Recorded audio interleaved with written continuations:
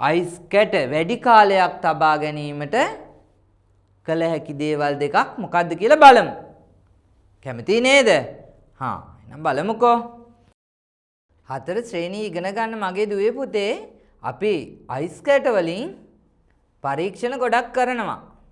ඉතින් තව එකක් අපි කරන්න ඕනි මොකක්ද දන්නවද?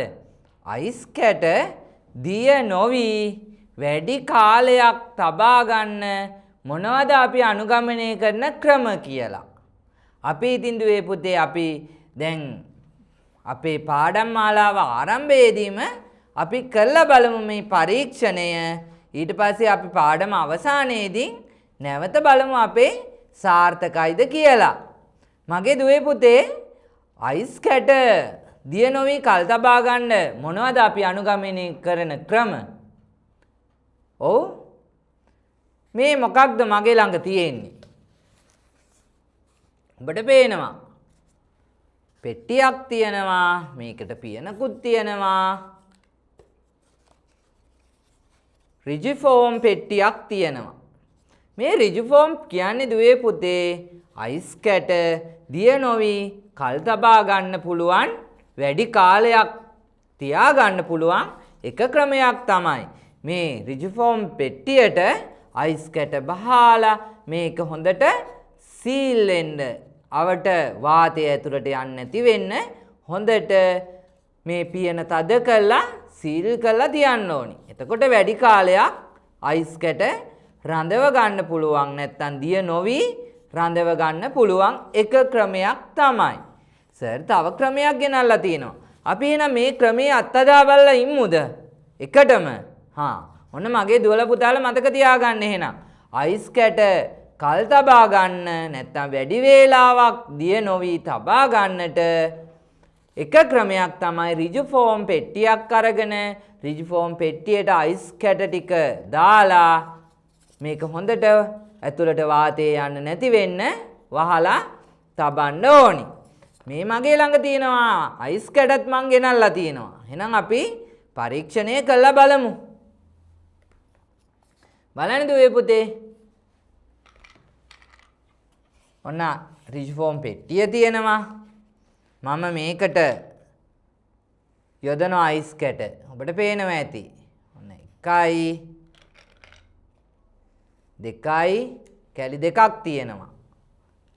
අයිස් කැට කැලි 3ක් ඔන්න මං යෙදුවා ඇතුළට. දැන් අපි මේක හොඳට පියනෙන් සීල් කරන්න ඕනි. හොඳට පියනෙන් වහන්න ඕනි.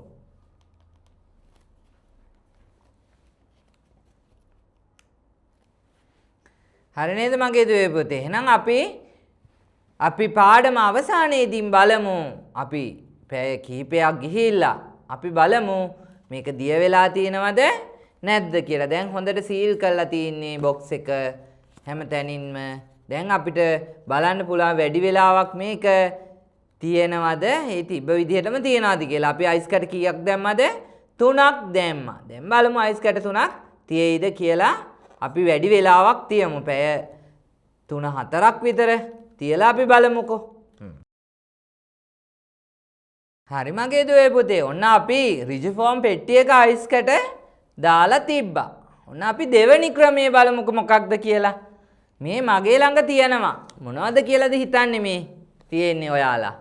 මං ගෙනාවා මේ කප් එකකට දාගෙන බලන්නකෝ මොනවද කියලා ඔයාලට පේනවද කියලා.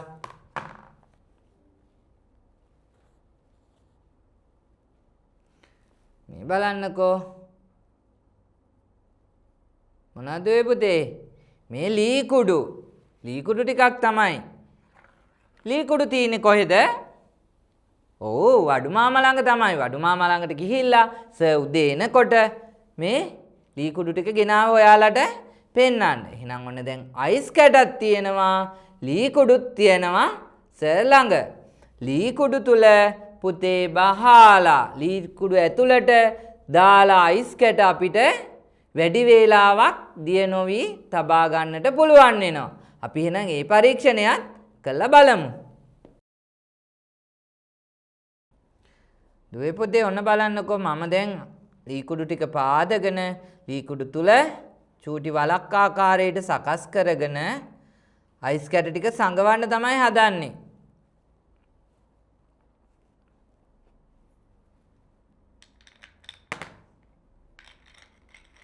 බලන්න 1යි 2යි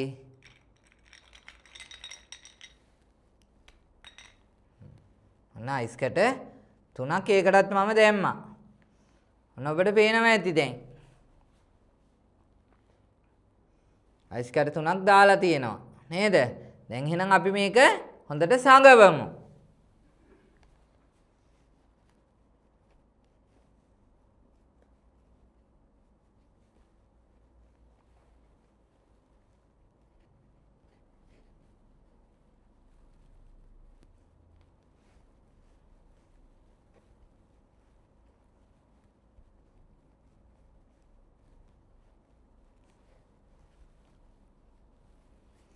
දැන් අපි බලමු ටික වේලාවක් මේ විදිහට තියලා අයිස් කැටවලට මොකක්ද වෙලා තියෙන්නේ කියලා. දිය වෙලා තියෙනවද නැත්නම් ඒ තිබ්බ විදිහට තියෙනවද කියලා.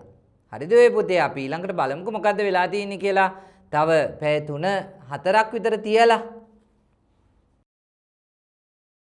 ඒකට කලින් අයිස් කැට කල් තබා ගන්න ලී කුඩු වල ඇතුරලා තිබ්බා. ලී කුඩු වල අතුරලා තිබ්බා. ඒත් එක්කම රිජිෆෝම් පෙට්ටියක ඇතුළට දාලා තිබ්බා. ඉතින් දැන් අපි මේ ටික බලමු මොකද්ද වෙලා තියෙන්නේ කියලා. අයිස් කැට දිය නොවි රැඳිලා තියනවාද එහෙම නැත්නම් දිය වෙලා ගිහිල්ලාද කියලා. මුලින්ම බලමුකෝ අපි රිජිෆෝම් පෙට්ටියේ තියෙන අයිස් කැට ටිකට මොකක්ද වෙලා තියෙන්නේ කියලා. හරි. එන්න බලන්න.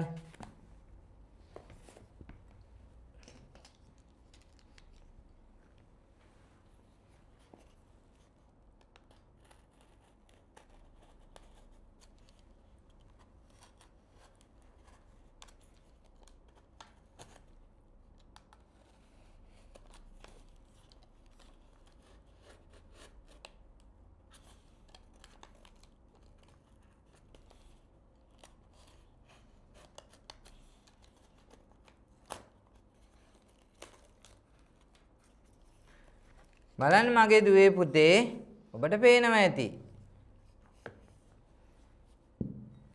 අයිස් කැට ටික මොකුත්ම වෙලා නැහැ. ඒ විදිහටම තියෙනවා. සර් දැන් මේ වාජනයේට දාලා බලමු මේ අයිස් කැට ටික පේනවද කියලා හොඳට.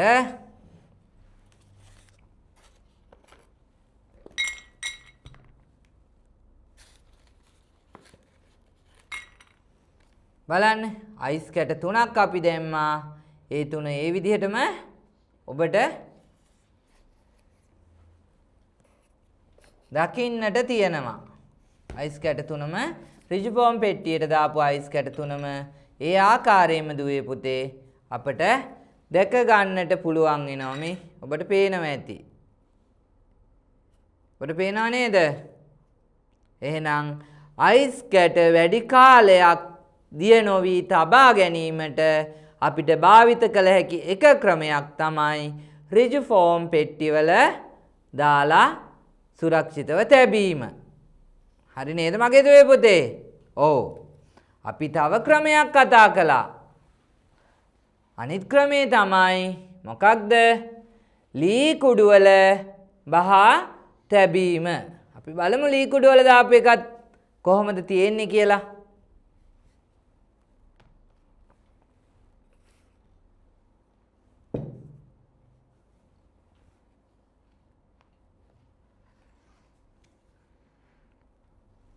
හරිද ඔය පුතේ? ඔන්න බලන්න.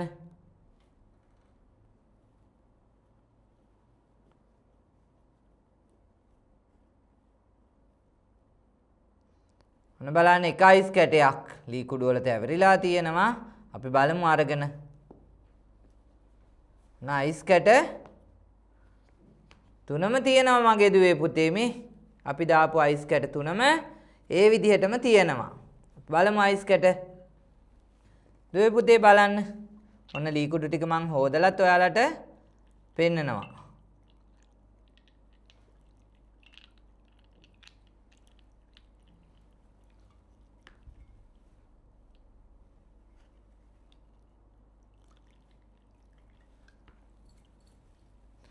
බලන්න මගේ දුවේ පුතේ ඔන්න මේ බලන්න අයිස් කැට ටික ඒ විදිහටම තියෙනවා.